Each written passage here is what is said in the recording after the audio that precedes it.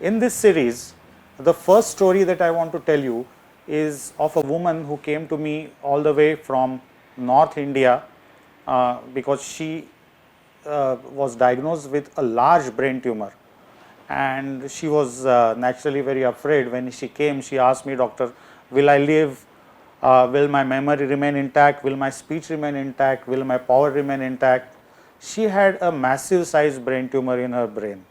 However, from the MRI, it was very obvious that this brain tumor was less likely to be malignant or cancer, and more likely to be a non-malignant or benign type of brain tumor. The challenge in this case, of course, was the size, the vascularity, that is the massive blood supply that it was harvesting from the surrounding brain and bone, and the location. Because of the location, we were very careful in planning the surgery. The brain tumor was pressing on the motor strip. It was also involving important structures of the brain.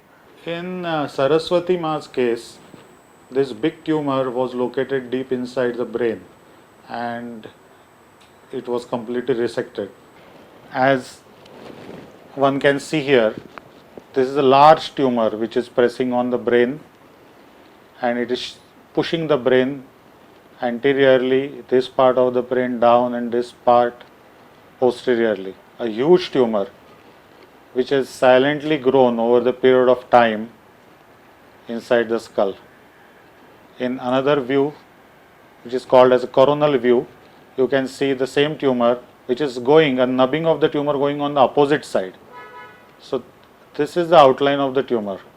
In this view, you can see the tumor, again huge tumor, a portion of the tumor going on the opposite side. So it is not only pressing on the leg motor area of this side, but also on the opposite side.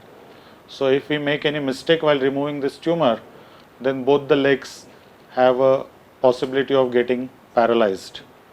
So while preparing for this surgery, we mark the approximate site of the tumor, we mark important structure. This is superior sagittal sinus, this is a transverse sinus, approximate distance from the transverse sinus as calculated from the MRI, approximate distance from the coronal suture as calculated. I expect some portion of the tumor to be going on the opposite side.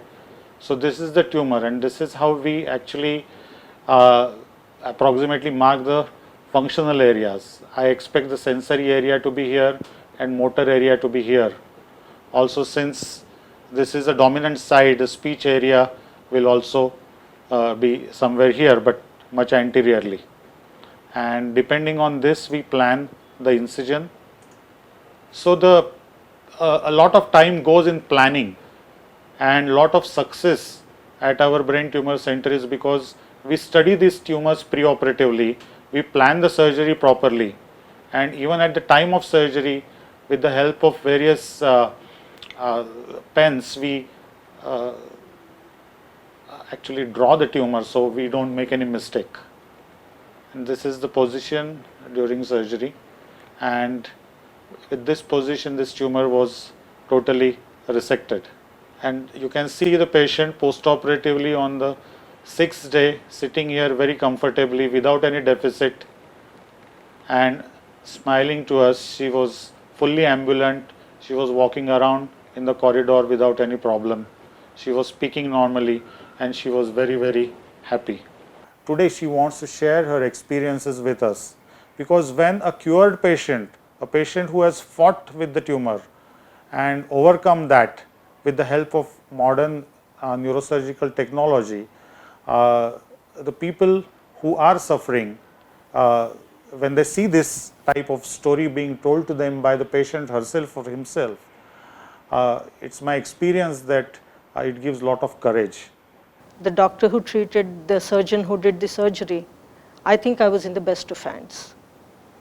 And some of my cousins are neurosurgeons practicing in the US. After the surgery, there were some scans done and some MRIs done. I showed the post-surgery MRI to my cousin, and he said, no doctor would praise another doctor so easily, but if possible, I would give an A plus to the neurosurgeon who did your surgery, because he did not leave out any part that needs to go away, and he did not cut any part which needs to stay, because the tumor was in a very, very dangerous position. It was sitting right on my occipital, affecting most of my organs. My eyes were getting blurry, and being a paralytic already, my right side was very, very sensitive. My right ear was going deaf. And after the surgery, which happened on the 29th of December 2019, it's hardly 3 months, and I'm back on my feet without any help. I can see much better. I don't slur. My speech does not slur, as you see.